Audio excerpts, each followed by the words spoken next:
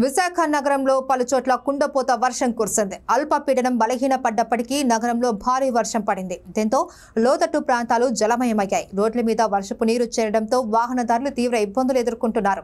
మరోవైపు బంగాళాఖాతంలో అల్పపీడనం బలహీనపడే అవకాశాలు ఉన్నాయి. ఇప్పుడు తీరం వెంబడి గంటకు 40 నుంచి 50 కిలోమీటర్ల వేగంతో వర్షాలు కురిసే ఛాన్స్ ఉందని విశాఖ వాతావరణ శాఖ అధికారులు తెలిపారు. గంటకు 35 నుంచి 40 కిలోమీటర్ల వేగంతో ఈదురుగాలులు వీస్తాయని, మత్స్యకారులు వేటకు వెళ్లకూడదని సూచించారు. మరో 24 గంటల పాటు పలు ప్రాంతాలలో ఉరుములతో కూడిన వర్షాలు పడే అవకాశాలు ఉన్నాయని అధికారులు అంచనా వేస్తున్నారు. ఇవి bulletin updates. For more updates keep watching SR media. నమస్తే. సౌత్ ఛత్తీస్గఢ్లో ఏర్పడి ఉన్నటువంటి ఉపరితల ఆవర్తనాలు ప్రస్తుతం అవి నార్త్ మధ్య మహారాష్ట్ర అండ్ దానికి దగ్గరలో ప్రస్తుతం అయితే ఉన్నాయి.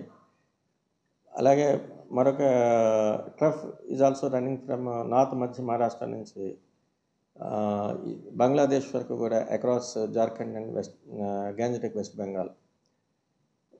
అలాగే మాన్సూన్ కండిషన్స్ కూడా నార్మల్గా ఉన్నాయి. వీటన్నింటి ప్రభావం చేత రాష్ట్రంలో అయితే గ్రాడ్యువల్గా రైన్ఫాల్ యాక్టివిటీ అయితే డిక్రీజ్ అవుతుంది. నెక్స్ట్ 24 అవర్స్ చూస్తే అక్కడక్కడ ఉరుములతో కూడిన జల్లులు వచ్చే అవకాశం ఉన్నట్టుగా మనం ఫోర్కాస్ట్ ఇస్తున్నాం. అలాగే ఉన్నటువంటి మాన్సూన్ కండిషన్స్ చూస్తే తీరం మట్టికి బలమైన ఎదురుగాలు అయితే ఇంకా కంటిన్యూ అవుతున్నాయి.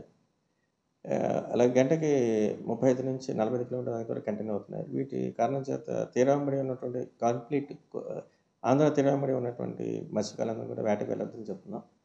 నెక్స్ట్ లాస్ట్ 24 అవర్స్ వరకు కూడా చూసినా కూడా ఒక మాస్టర్ వర్షాలు అక్కడక్కడ మన కోస్తా జిల్లాలో నమోదవడం జరిగింది. 1 to 3 సెంటీమీటర్స్ వరకు మ్యాక్సిమం రైన్ఫాల్ రికార్డ్ అయింది లాస్ట్ 24 అవర్స్లో. ఇది మా ప్రస్తుతం అనుకున్నటువంటి వెదర్ అప్డేట్. అంతే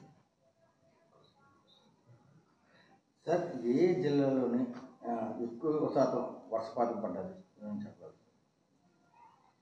లాస్ట్ 24 అవర్స్ చూసుకుంటే ఆల్మోస్ట్ అక్కడక్కడ మ్యాక్సిమం ఇటు ఉత్తరాంధ్రలోను దక్షిణ కోస్తాలోను కూడా మ్యాక్సిమం 3 సెంటీమీటర్స్ అయితే వర్షం అయితే గుంటూరు జిల్లాలో తెనాల్లో 3 సెంటీమీటర్స్, అలాగే కృష్ణా జిల్లాలో అవనగడ్డలో కూడా 3 సెంటీమీటర్స్, విశాఖపట్నంలో ఇక్కడ కూడా 3 సెంటీమీటర్స్ వర్షపాతం నమోదైంది. మ్యాక్సిమం 3 సెంటీమీటర్స్ అత్యధికంగా నమోదైంది.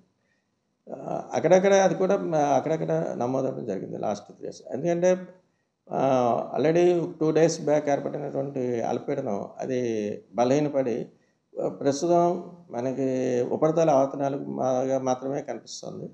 అవి కూడా మన ఆంధ్ర తీరం నుంచి క్రమేపీ దే ఆర్ మూవింగ్ వెస్ట్వర్డ్. నిన్నైతే ఛత్తీస్గఢ్ చూసాం, క్రమేపీ విదర్భ, నెక్స్ట్ మధ్య మహారాష్ట్ర అటువైపు వెళ్ళాలి. దాని ప్రభావం క్రమేపీ మనకి దాని వల్ల వచ్చేటువంటి వర్ష ప్రభావం క్రమేపీ తగ్గిపోతూ వస్తుంది. ఓకే.